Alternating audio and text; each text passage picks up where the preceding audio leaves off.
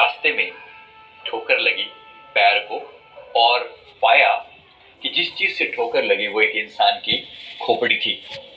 फरीद साहब एक महान फकीर थे, तो ध्यान से गौर से उस खोपड़ी की तरफ देखा और पता लगाने की कोशिश करी किसकी खोपड़ी है।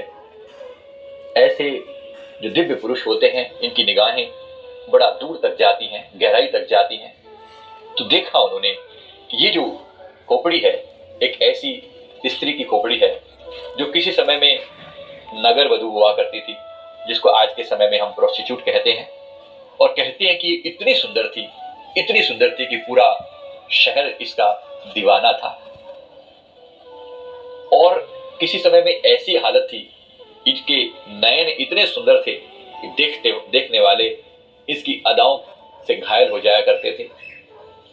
फरीद साहब जी ने अपनी वाणी में उस समय ये श्लोक उच्चारण किया कि जिन लोएण जग मोहया सो लोएण मैं डीठ।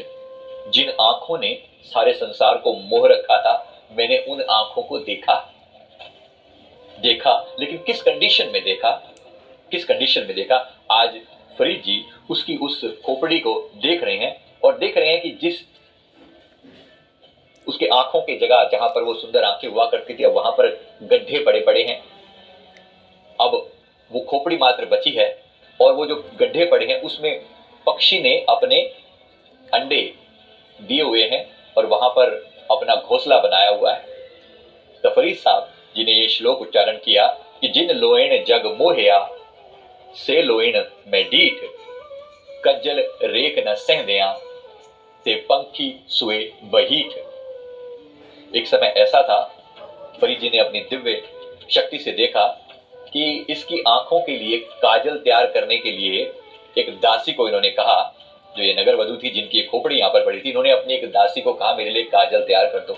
और वो जो काजल पीस कर लाई तो वो थोड़ा सा मोटा रह गया होगा।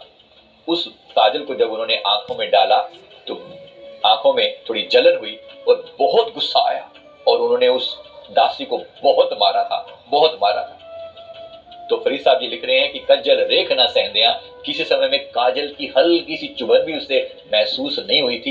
इन्हीं आंखों में आज एक पक्षी ने अपने अंडे दे रखे हैं। ये सबका हश्र है जो हमें वो इस खोपड़ी के माध्यम से बताना चाहते हैं कि हम सबके साथ भी यही होना है। वो आंखें जो कभी बहुत आकर्षण का केंद्र हुआ करती थी और इन आंखों की मस्ती के मस्ताने हजारों हुआ करते थे, याद रखना उन सब की गति यही होने वाली है।